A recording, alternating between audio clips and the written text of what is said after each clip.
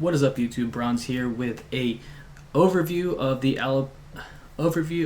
Apple Silicon event, and this is where I'm going to talk about the latest M1 chip, which is pretty much their CPU and GPU package all in one, and they're going to put these in their laptops, they're going to put it in their MacBook Air, they're going to put it in their MacBook Pro. So we have yet to see a MacBook Pro 15-inch integrated with this type of chip, but I want to go over what I saw and kind of some thoughts that I had.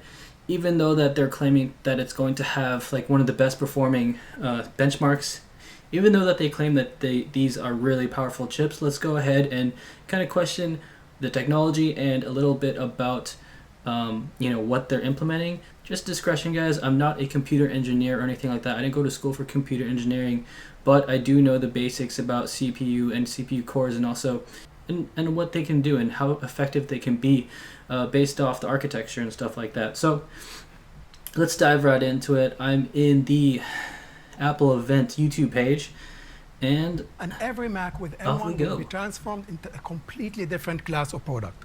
M1 is the first system on So chip this is the or SVP SoC for the talking Mac. about the architecture about Let the me show you M1 what chip. that means. Until now, a Mac needed multiple chips to deliver all of its features. It had chips for the processor, I/O, security, and memory. Now with M1, these technologies are combined into a single SoC, delivering a whole new level of integration for more simplicity, efficiency, and amazing performance. M1 also features our Unified Memory Architecture, or UMA. M1 unifies its high bandwidth, low latency memory into a single pool within a custom package. As a result, all of the technologies in the SoC can access the same data without copying it between multiple pools of memory. This dramatically improves performance and power efficiency. M1 is the first personal computer chip built using the industry-leading 5nm process technology, with incredibly small transistors measured at an atomic scale. Interesting. So the latest Ryzen 4000 series CPUs actually operate at 7 nanometers, I believe, and even the desktop ones do as well. So it's interesting to see that, and if you even compare Intel's latest laptop processors, they are operating at 10 nanometers, so you can just get a general size comparison between the M1 compared to today's other CPUs. Oh, also to mention, it's probably going to be cooler running, which is why they decided to remove the fan on the MacBook Air, so let's see how that goes. It packs the largest number of transistors we've ever put into a single chip. M1 has a massive 16 billion transistors, and we use all of these transistors to give M1 amazing performance and leading-edge technologies. And our goal is to make each of these technologies best in class. The incredible performance of M1 starts with the CPU, which features two types of cores: high performance and high efficiency. Each performance core is designed to run a single task or thread as efficiently as possible while maximizing performance. We've been advancing it year after year. And now with the huge improvements in M1, when it comes to low-power silicon, our high-performance core is the world's fastest CPU core. And M1 has 4 of these incredibly fast high-performance cores. So multi-threaded workloads take a huge leap in performance as well. To handle lighter workloads more efficiently, M1 brings high-efficiency cores to the Mac. They use 1/10 of the power while still delivering outstanding performance. So it's interesting that they're going to have 8 total cores, but it's not going to be equivalent. Like, Ryzen and Intel, they have equal cores that at the same power, but this has 4 cores low power, 4 cores high power. It's tough to say how that will do when it comes to benchmarking and multi-threaded performance, but I mean, what can you say? It's new technology. Everyone loves to see new technology and see how it works. It's probably good for battery life, I'll say that, but having it's kind of weird that they didn't tell you how many threads that these will be able to operate on. So let's continue watching.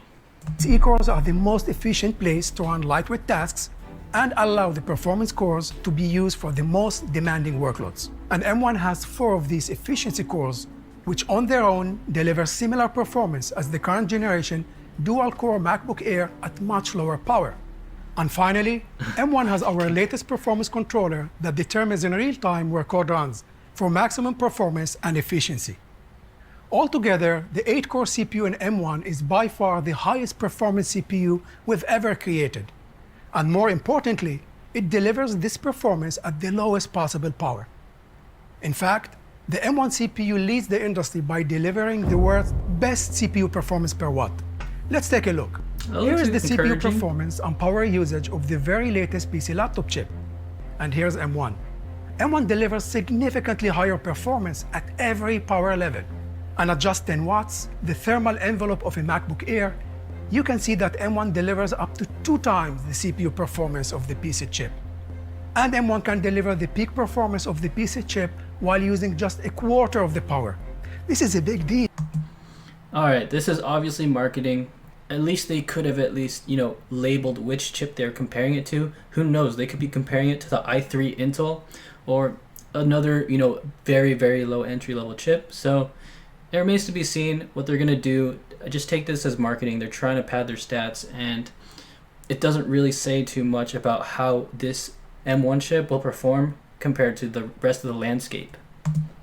The GPU in M1 benefits from years of thorough analysis of Mac applications. It's the most advanced graphics processor we've ever created.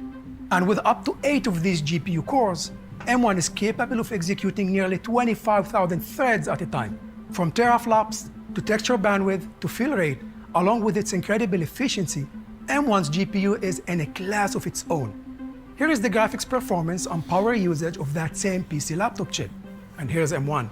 M1 delivers significantly higher performance at every power level, with M1 delivering up to 2 times more graphics performance than the PC chip. All right, so let's talk about the GPU performance on this one. And it does say it's going to have 8 cores for the GPU. Just to put in reference, I found that the RTX 3070 actually has around 6,000 cores, CUDA cores. So just to put it in perspective, I know it's not really equivalent measurement, but so the CUDA cores in the RTX 3070 desktop version actually has 6,000 cores. Well, this little laptop GPU has 8 cores, and I think the Tiger Lake XE, which is just released right now, it's the most current generation. It's the most current generation for integrated graphics for Intel.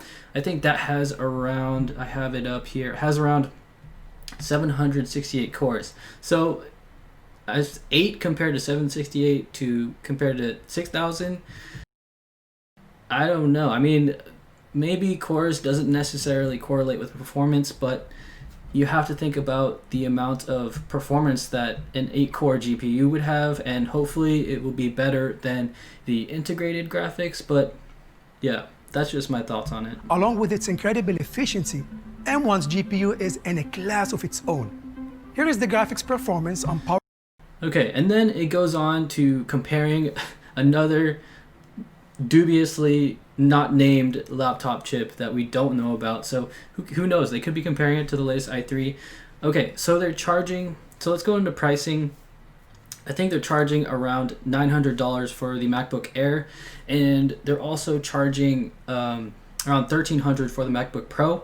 Who knows what type of who knows what the scaling is as far as different M1 chips. There might be a level 1, level 2, level 3 type performing chips. So we'll have to see about that, and there will be definitely benchmarks comparing this to the Tiger Lake integrated graphics and also the latest Intel processors. So it remains to be seen, but for now, it looks like they're trying to compare. Apple's trying to compare some of the lowest performing Windows CPUs that are coming out right now, and 8 cores as a for their architecture in their GPU. I'm kind of skeptical about how this will perform, but who knows? This is a brand new processor that's entered the market and kind of competing with Intel and AMD. So I mean, it's still exciting stuff. I really like to see this type of stuff.